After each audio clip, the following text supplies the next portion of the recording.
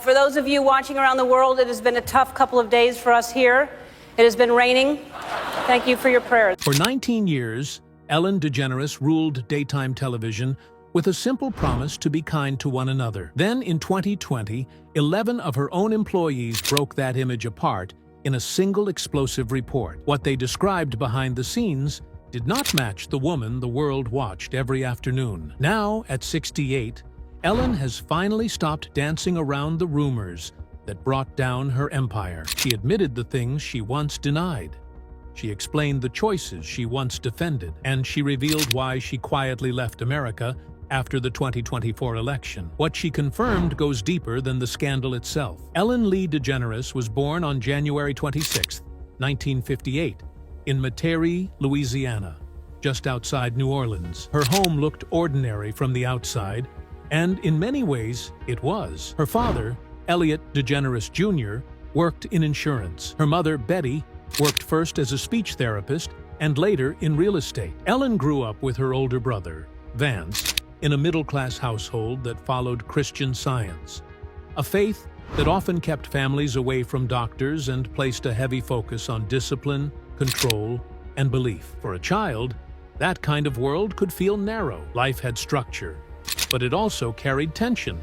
And Ellen later spoke about that feeling of pressure in a way that made it clear those early years stayed with her. As she moved through childhood, she was already learning how to observe people. That habit would matter later. At the time, though, she was simply a quiet girl in Louisiana watching adults, noticing moods, sensing changes, and trying to understand where she fit. Then the ground under the family shifted. When Ellen was in her mid-teens, around 1973 or 1974, her parents divorced. That split changed everything. Her mother married Roy Grusendorf, and soon Ellen's life moved in a completely new direction. The family relocated from the New Orleans area to Atlanta, Texas, a much smaller town about 450 miles away. That move hit hard. New Orleans had noise, movement, personality, and a rhythm of its own. Atlanta, Texas, felt smaller in every sense. Ellen has spoken about feeling out of place there, and it is easy to see why. She had gone from a more familiar suburban world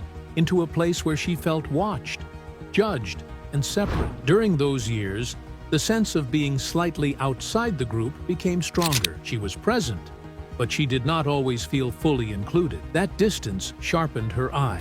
She noticed how people behaved, how they tried to fit in, how strange everyday life could be when you looked at it closely. Much later, that quiet skill would become one of the foundations of her comedy. She graduated from Atlanta High School in 1976 and then returned to Louisiana. Like many young people, she tried the expected next step. She enrolled at the University of New Orleans as a communications major. It did not last. She left after one semester, bored by the classes and unsure why she was there. College offered a path, but it did not feel like hers. So she stepped out of it and entered a harder kind of education, the one built from rent, jobs, bills, and long stretches of uncertainty. By the time she was around 19, she was living in a small apartment in New Orleans and trying to hold herself together with low-paying work. Those years were not glamorous. She worked wherever she could. She sold clothes at J.C. Penney. She waited tables at TGI Fridays. She worked as a hostess. She painted houses. At one point, she worked as a legal secretary. Sometimes the jobs changed quickly because the money was not enough. Sometimes she took more than one because one alone could not cover rent and basic expenses. The days were ordinary, but that is exactly what made them useful. She was gathering material without knowing it. Every rude customer, awkward boss, strange co-worker, and stiff conversation was going somewhere. She was learning the comedy hidden inside routine frustration. Then life took a darker turn. Around 1978 or 1979, when Ellen was about 20, her girlfriend and roommate, who was 23, died in a car crash in New Orleans. The shock of it was devastating. Ellen actually passed the wreck that night, saw the damaged car and the flashing lights, and only learned the next morning that the person killed was someone she loved. The grief that followed was deep and disorienting. She later described sitting alone in a cheap basement apartment, trying to make sense of a loss that felt impossible to explain. Out of that pain came an idea that would shape her future. She began writing a piece built around a strange and honest thought. If something this cruel could happen, what would it sound like to call God and ask why? That concept became a routine called a phone call to God. It was sad, funny, confused, and human all at once. Most of all, it was personal. She had found a voice that sounded like her. In the late 1970s and early 1980s, Ellen began trying out material in small rooms around New Orleans. These were not grand stages. They were coffee houses, local spots, and open mic nights where people were still settling into their seats while comics tried to win their attention. One of the important places in that period was Clyde's. She went from doing short, unpaid spots to becoming a regular MC by around 1981. Those nights trained her well. The crowds were mixed. Some people were there for comedy. Some were there for coffee. Some barely cared. To hold a room like that, she had to sound natural. She could not hide behind noise or aggression. Instead, she leaned into a clean, conversational style that felt almost casual until people realized how carefully it was built. That voice stood out even more once she moved beyond Louisiana. By 1982 and 1983, she was working across the Southern club circuit in places like Texas, Mississippi, and Alabama. The clubs were often male-dominated, loud, and rough around the edges. Many comics relied on shock, profanity, or force. Ellen came in with patience, timing, and a point of view that felt different. She did not rush. She let odd little details breathe. She could turn a simple thought into a full scene. And because her material often came from ordinary life, audiences could follow her almost immediately. A big break came in 1982 when she entered a Showtime stand-up competition and won the title of Funniest Person in America. The name sounded oversized, especially for a 24-year-old comic still building her career, but the impact was real. Suddenly, she was not just a regional act. She became visible to people in television, talent booking, and development. The win gave her national exposure and helped move her from club stages toward a much larger arena. That path led to one of the most important moments of her career. In November 1986, Ellen appeared on The Tonight Show starring Johnny Carson. At that time, a strong Carson set could change a comic's life. She performed and landed the moment. Then, something even more important happened. Carson invited her over to sit on the couch after the set. That gesture carried enormous weight in comedy. It signaled approval from the most powerful late-night host in the business. For Ellen, it opened doors that had been closed just moments earlier. Television work followed, but it was not smooth. She appeared on sitcoms, including Duet, and its spin-off Open House, then later, Lauryn Hill. Each opportunity looked promising from a distance. Each one also ended quickly. Those early shows taught her a difficult lesson about television. Getting in the room was only the beginning. Staying there required more than talent. It required the right fit, the right voice, and some luck. Still, each attempt brought her closer to understanding what kind of project she needed. That project arrived in 1994, when ABC launched a sitcom called These Friends of Mine. Very quickly, the network realized viewers were focused on Ellen herself, and the show was renamed Ellen after its first season. The title change said a lot. She was no longer just part of an ensemble. She had become the center. Even then, though, another tension was building. On screen, she was playing a straight bookstore owner in a romantic world shaped for network comfort. Off-screen, she was privately living a very different truth. That split grew harder to carry over time. Then came the moment that changed television history. In April 1997, Ellen DeGeneres came out publicly.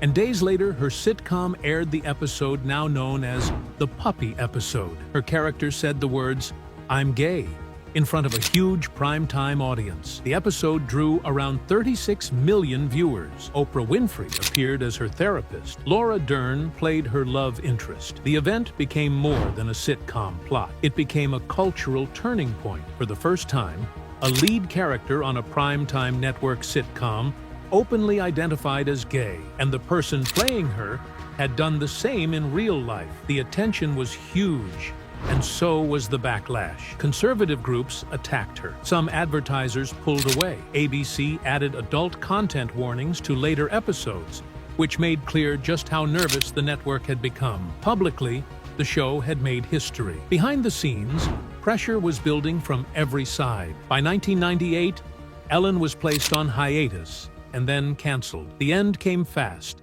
and the fallout lasted longer than the headlines. Ellen later described that period as one where the phone stopped ringing. In practical terms, that meant work disappeared. In emotional terms, it felt like exile. She tried to return through another sitcom, The Ellen Show, which debuted on CBS in 2001. This time, she played an openly gay lead from the start. Even with that progress, the series failed to catch on and ended after one season. Once again, she was off network television.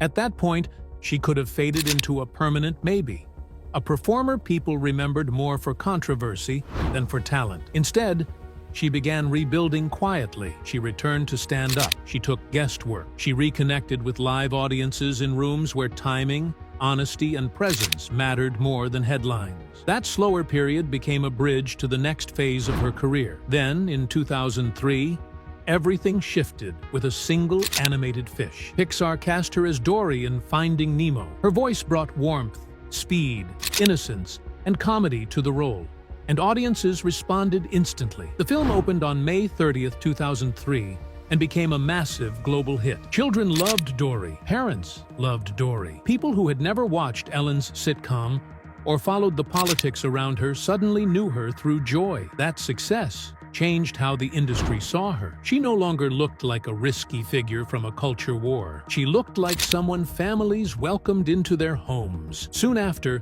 The Ellen DeGeneres Show launched on September 8, 2003. It entered a daytime field that was already crowded. But Ellen found her place quickly. She danced when she entered. She joked with the audience. She talked to celebrities, surprised guests, played pranks, and built a tone that felt warm and easy. Viewers returned day after day. The show ran for 19 seasons and ended in May 2022. After more than 3,300 episodes. With that run, Ellen became one of the defining faces of daytime television. Her sign-off, "Be kind to one another," turned into a public identity that seemed to fit the version of her millions of viewers saw each afternoon. She hosted major award shows, including the Oscars. In 2014, she took a famous selfie at the Academy Awards with stars packed into the frame, and for a time it became the most shared image on Twitter. She expanded into production, branding, and real estate. The woman who once drifted between low-wage jobs in New Orleans had become one of the most recognizable and profitable personalities in American entertainment. By the middle of the 2010s, Reddit threads, tweets, and anonymous Hollywood gossip posts were passing around stories that painted a very different picture of her behind the scenes. That quiet tension finally broke wide open on July 16, 2020, when BuzzFeed News published a report based on interviews with 11 current and former employees from The Ellen DeGeneres Show. Their accounts described a workplace shaped by fear, pressure, and silence. Staff members said they were discouraged from speaking directly to Ellen. They said people were punished for taking medical leave or time off after a death in the family. Some felt terminations were used as a warning to everyone else. One former employee said their job disappeared after they spent a month in a mental health facility following a suicide attempt. Another said they were told to remove a GoFundMe for medical bills because it could make the show look bad. That detail hit especially hard because it suggested that protecting the brand mattered more than protecting the people working behind it. The report also laid out claims of racism and discrimination inside the show's culture. Black employees and other staff members of color described remarks and treatment that left them feeling singled out and dismissed. One black employee said a senior producer joked he might mix up two black staffers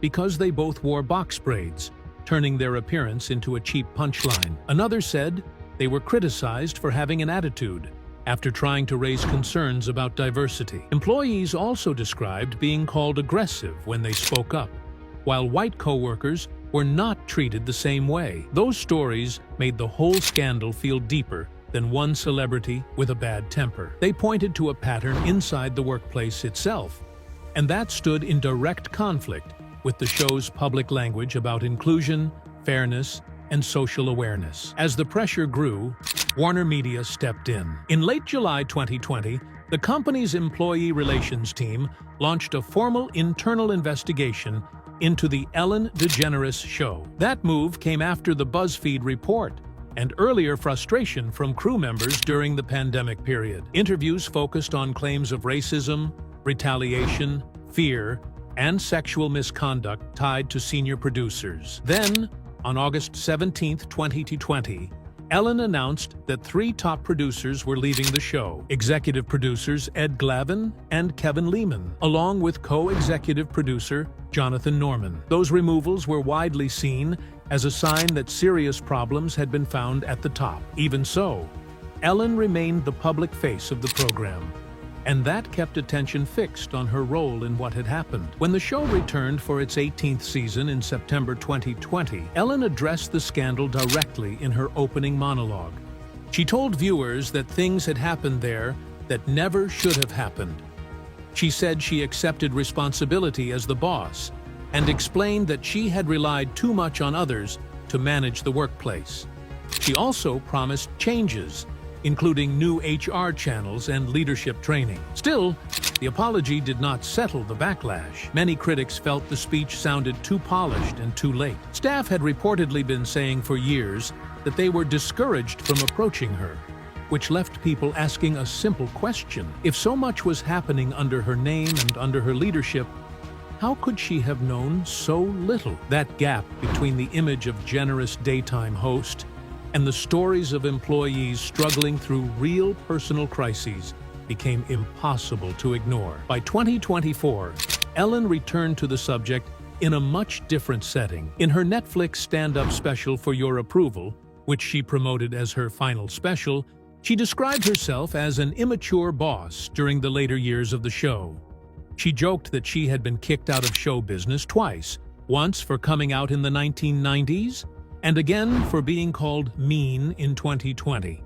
She framed the backlash as part of a larger story about survival and personal damage. She said therapy helped her deal with the collapse of the empire she had built. She also admitted that she had become too removed from the day-to-day experiences of staff. That admission sounded meaningful to some listeners, but it did not land the same way for former employees. A number of them reacted angrily, saying the special felt delusional and that watching her treat the scandal so lightly reopened wounds they still carried. By the time Ellen announced in May 2021 that the 19th season of her talk show would be the last, the ending no longer looked like a smooth, creative choice. The show had already been hit hard by the fallout from the July 2020 investigation and the deeper collapse of public trust that followed. Ratings had fallen sharply. A program that had once stood as one of daytime television's biggest success stories was now struggling under the weight of its own contradictions. Warner Media had investigated the production,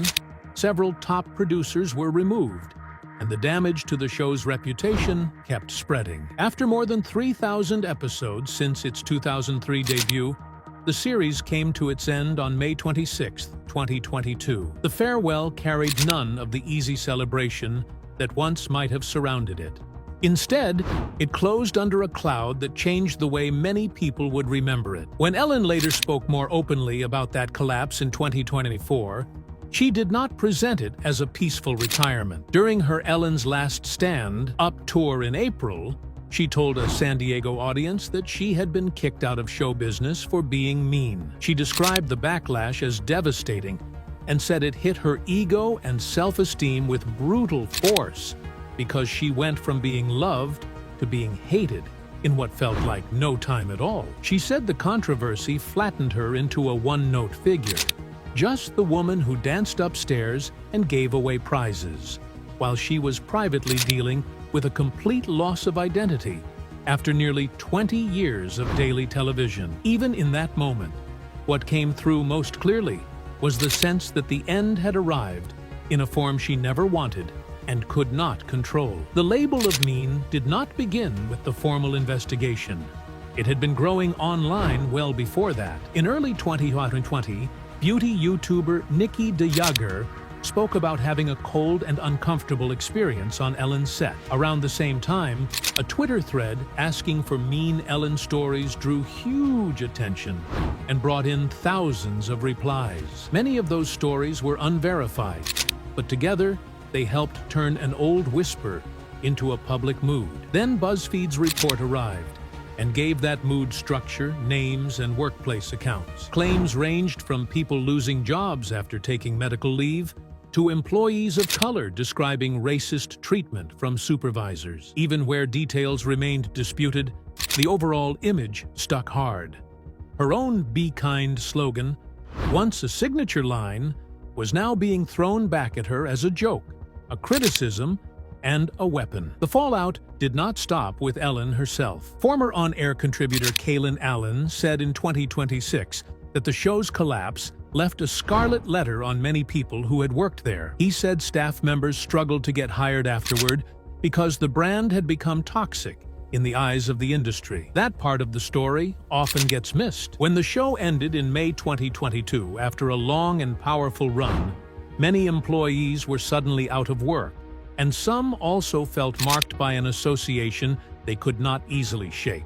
A scandal that started with one program's culture ended up reaching into the careers of people who were not the public face of it. Even Ellen's attempt at a comeback ran into the same wall.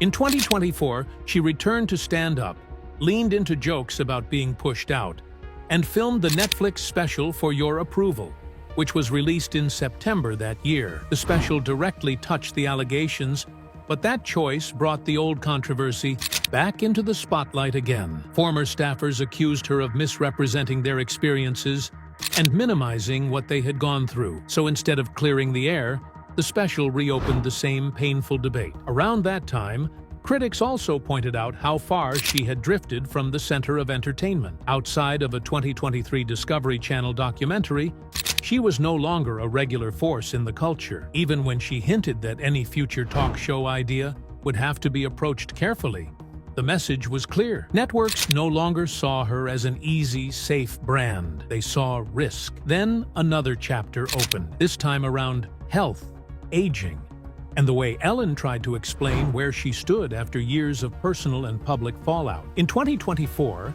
at age 66, she told audiences she had received what she called a triple diagnosis. Within a short period, she learned she had osteoporosis, OCD, and ADHD. A routine bone density scan led to the osteoporosis diagnosis, and she described it as full-on, meaning her bones had become fragile and more vulnerable to fractures. She also said a therapist diagnosed obsessive-compulsive disorder, while another specialist confirmed attention deficit disorder, now classified as ADHD. Ellen spoke about how difficult it had been to manage all of this, while also living through the wreckage of her public image. The timing made everything feel heavier. She was not only trying to recover from scandal, she was also trying to understand a body and mind that suddenly demanded more care. The Netflix special became her chosen place to defend herself one last time. Marketed as her final hour of stand-up, Ellen DeGeneres,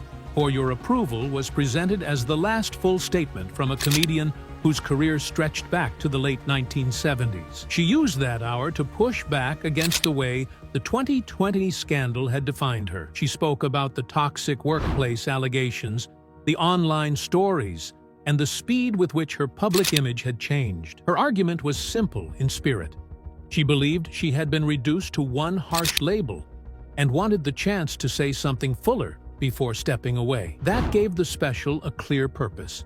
It was comedy, but it also worked like a closing statement from someone who felt pushed out and wanted the microphone one more time. Inside that performance, one of her clearest admissions was the phrase, "immature boss." She used it to describe herself during the later years of the Ellen DeGeneres show, which ran from 2003 to 2021 and collected more than 60 daytime Emmys. She said the public turned on her with incredible speed once the allegations spread. She also argued that media coverage created a cartoon villain version of her that did not match who she believed herself to be. Even so, She admitted that success and power had created distance between her and the staff experience on the ground. That detail mattered because it hinted at the deeper truth underneath her defense. She may not have seen herself as cruel, but she had become removed enough that real harm could grow under her leadership. She did not spend the full special in that serious space. Ellen kept shifting into ordinary physical details that made the material feel lighter for a moment. She talked about raising chickens, forgetting where she parked, and getting irritated by small daily frustrations. Those little stories gave the audience room to laugh before she circled back to the larger fall from grace. That rhythm mattered. It let her move between domestic comedy and public collapse without getting stuck in one tone. In one breath, she was speaking about life at home, and soon after, she was talking about being kicked out of show business twice. First, after coming out in 1997, then again after the mean accusations. The structure made the performance feel personal, defensive, wounded, and carefully controlled all at once. That same mood carried into her 2024 tour. In May, Ellen announced a 27-date run called Ellen's Last Stand. Up. It began on June 19th in San Diego and was scheduled to end on August 17th in Minneapolis. At several stops, she told audiences that this would be the last time they were going to see her. She also said she planned to disappear after the Netflix special. Then, within weeks, 4 shows were suddenly canceled by Live Nation, including dates in Dallas, San Francisco, Seattle, and Chicago. Those cancellations added another layer to the story. They made the idea of withdrawal feel more real, and they fed headlines suggesting that Ellen was not just stepping back, she was fading out of Hollywood in a much deeper way. By then, her private life was also shifting in a major direction. After Donald Trump's 2024 election, Ellen DeGeneres and Portia de Rossi quietly moved into a new chapter in rural England. What first looked like a temporary retreat soon became something closer to a full break from the United States. In spring 2024, the couple bought Kitesbridge Farm, a 43-acre estate in the Cotswolds.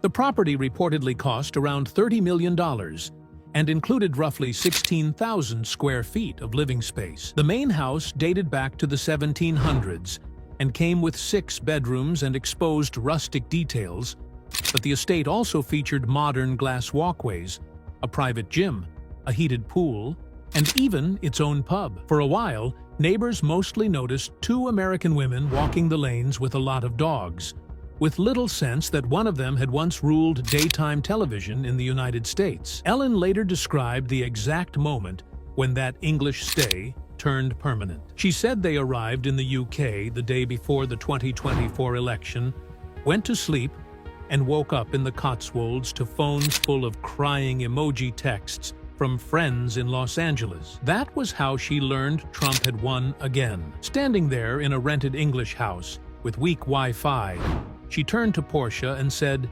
"He got elected. We're staying here." The decision came fast, almost before the day had fully started, and yet it carried the weight of years of exhaustion, disappointment, and distance from the country she had spent her career entertaining. At first, some friends thought the Cotswolds property was just another stop in Ellen's long history of buying and selling homes. For years, she had become almost as known for real estate deals as for television. Yet by mid-2025, reports suggested something much more final was happening. She had quietly sold off the rest of her California properties. By August 2025, the UK was being described as the couple's primary residence, which marked a major change for someone who had long treated homes as temporary, creative projects. When Kitesbridge Farm was listed in July 2025 for about £22.5 million, it did not signal a move back to America. Instead, it appeared they were simply relocating to another property, about half an hour away, in the same broader region. England also made sense for deeply practical reasons. Ellen said she valued privacy, a calmer pace, and the chance to keep working on stand-up without jumping back into the American spotlight. The Cotswolds gave her distance from paparazzi, while still leaving London close enough for small comedy rooms where she could test new material. Portia's love of horses also shaped the move. Proper stables and open pasture were reportedly essential So acreage mattered more than city access. That helped explain why the 43 acres, barns, and outdoor space of Kitesbridge Farm felt like a real fit. The place offered a quieter version of life, one built around land, animals, and fewer interruptions. For months after the election, tabloids hinted that the move was political, but Ellen stayed vague and mostly spoke about wanting something simpler. In July 2025, she finally said the quiet part out loud. During an event in Cheltenham and in later interviews, she made it clear that Trump's return to the White House had been the turning point. She spoke about America as draining and increasingly hostile, and she said life in England felt better in basic ways. By connecting the move directly to the election, she confirmed what many had suspected from the beginning. The relocation was not only a lifestyle shift, it was also a kind of emotional and political exit. By January 26, 2026, Ellen had turned 68, and the shape of her life looked very different from the one that once filled television screens every afternoon. She marked the day with a selfie alongside Portia, and wrote that it was a tough day to feel like celebrating a birthday because of what was happening in the world. The message felt subdued and reflective. There were no polished party images and no sense of a grand public celebration. She had also quietly returned from England to California and bought another home near Montecito. Even so, the tone of her post suggested a woman who was no longer trying to perform happiness for the public in the old way. Rumors about her marriage also floated around, but public appearances kept cutting against them. In June 2026, as social media pushed claims of a secret split, Ellen and Portia were photographed kissing on a super yacht near Mallorca, Spain, alongside Kris Jenner and Corey Gamble. Reports described them showing clear affection, which pushed back against the idea that they were living completely separate lives. The trip came only months after they bought a new home in Montecito and decided to divide their time between California and England. That picture of their life felt far more believable than the gossip. They were not disappearing from each other, they were just living more privately and more selectively.